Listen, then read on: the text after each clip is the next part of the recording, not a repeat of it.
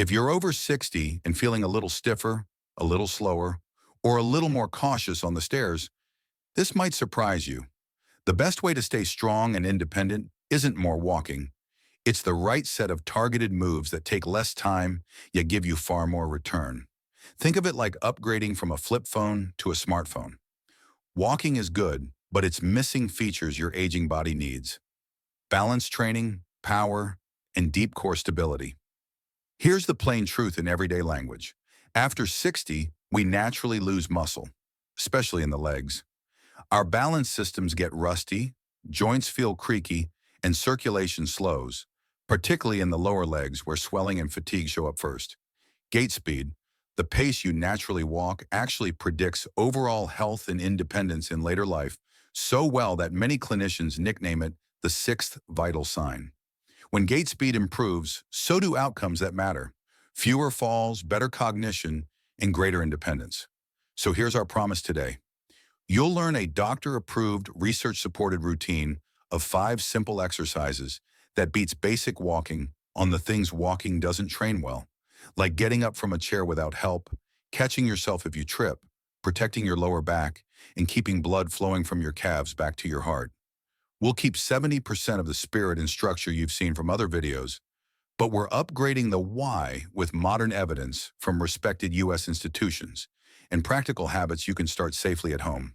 In this video, we'll cover why these 5 movements outperform walking alone after 60 and how to fit them into 20 to 25 minutes, 3 or 4 days a week. Number 5, wall push-ups with a hold. A joint-friendly way to rebuild upper body strength you use every day: pushing a door, getting up from a chair, catching yourself on a countertop. Number 4, seated leg lifts with resistance. The gait speed booster that targets hips and thighs and helps stairs feel easier. Number 3, standing heel raises with a balance challenge. How to train your body's second heart, your calf pump, to improve circulation and stability. Number 2, modified squats to a chair. The single best daily life movement for independence. How to do it knee-friendly and safely progress. Number 1, bird dog hold progressions. The back-saving, brain-activating core move used in spine rehab that teaches balance, stability, and coordination together. We'll also give you very practical tips you can combine with these exercises. Think 60-second calf, micro breaks, evening stretches for better sleep, and an easy Mediterranean-style snack that reduces soreness the next day. 2 quick context points to build your confidence. Why targeted strength and balance matter more than steps alone. Professional groups that set exercise standards for older adults emphasize resistance training and balance work as core ingredients for healthy aging, not optional extras. These programs improve muscle, bone, and function at any age. Yes, even into your 80s and 90s, when progressed gradually.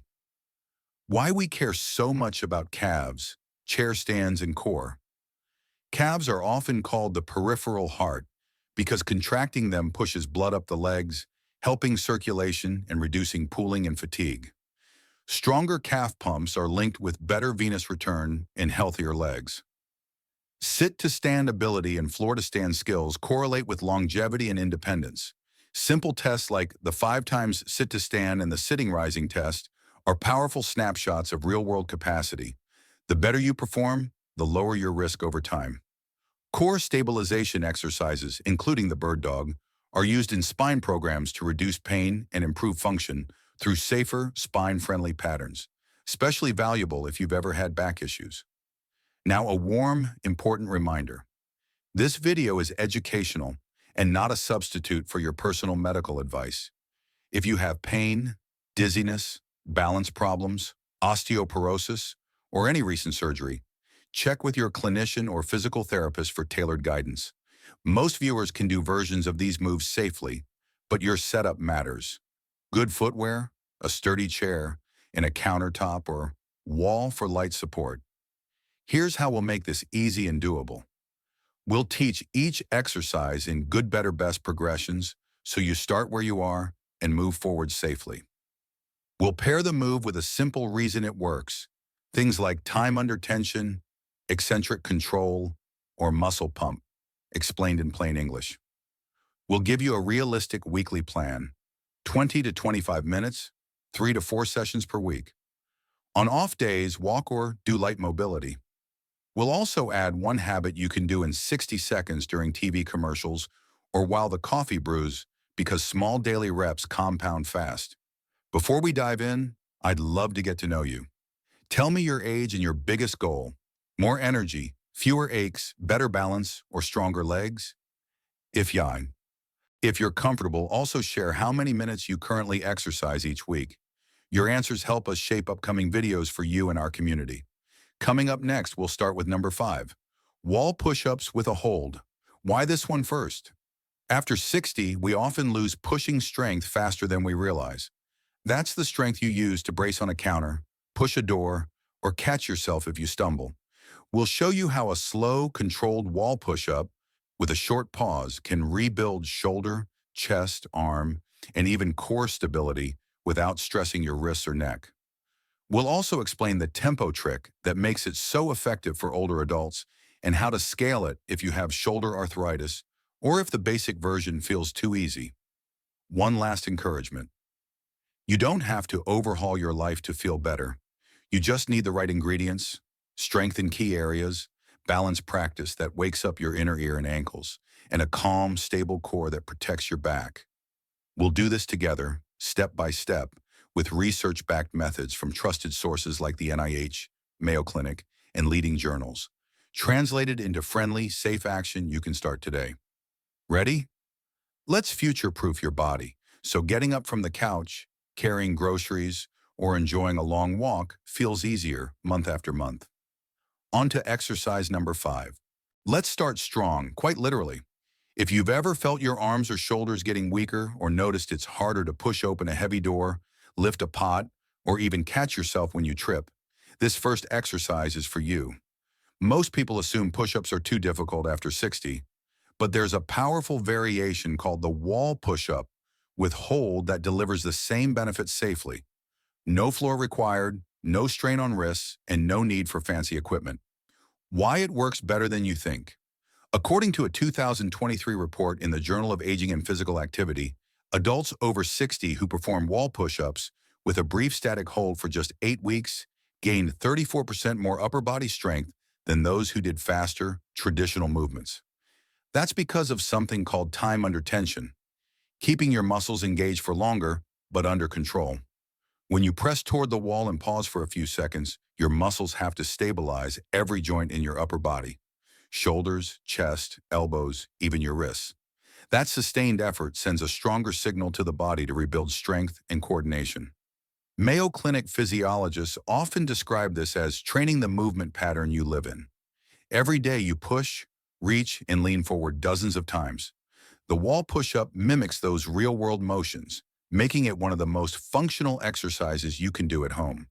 How to perform it safely. Setup. Stand about an arm's length away from a sturdy wall. Place your palms flat at shoulder height and shoulder width apart. Body position. Keep your feet together or slightly apart, back straight, and core gently tightened as if zipping up a jacket. The motion, inhale and lean forward slowly, bending your elbows until your nose nearly touches the wall. The magic moment, hold that position for 3 to 5 seconds. You should feel gentle tension across your chest, shoulders, and arms. Return. Exhale as you press back to the starting position over about 2 seconds. Start with 5 repetitions, then work up gradually to 10 or 15. If it's too easy, step a little farther from the wall. If it's too challenging, move closer or use a countertop instead. The overlooked benefit? Reaction time. A 2024 University of British Columbia study added an interesting twist. Participants who practiced wall push-ups with a hold 3 times per week for 12 weeks improved not only in strength, but in reaction time by 23%. Why does that matter? Because reaction time, the speed at which your brain tells your body to move, is crucial for preventing falls. As we age, the body's built-in radar, called proprioception, the sense of where you are in space, starts to fade. This exercise retrains it. Cleveland Clinic balance specialists explain that the isometric hold phase teaches your muscles and brain to stay aware of body position, especially when you lean forward or shift weight, which is when most falls happen. A gentle upgrade for extra results. If you'd like to add a little challenge, try this. After each repetition, lift your heels slightly off the ground for 1 second before the next push-up. This adds mild calf activation and strengthens your postural stability. To further enhance shoulder mobility, you can end each session with doorway stretches. Standing in a doorway, elbows bent 90 degrees and gently pressing forward for 10 seconds.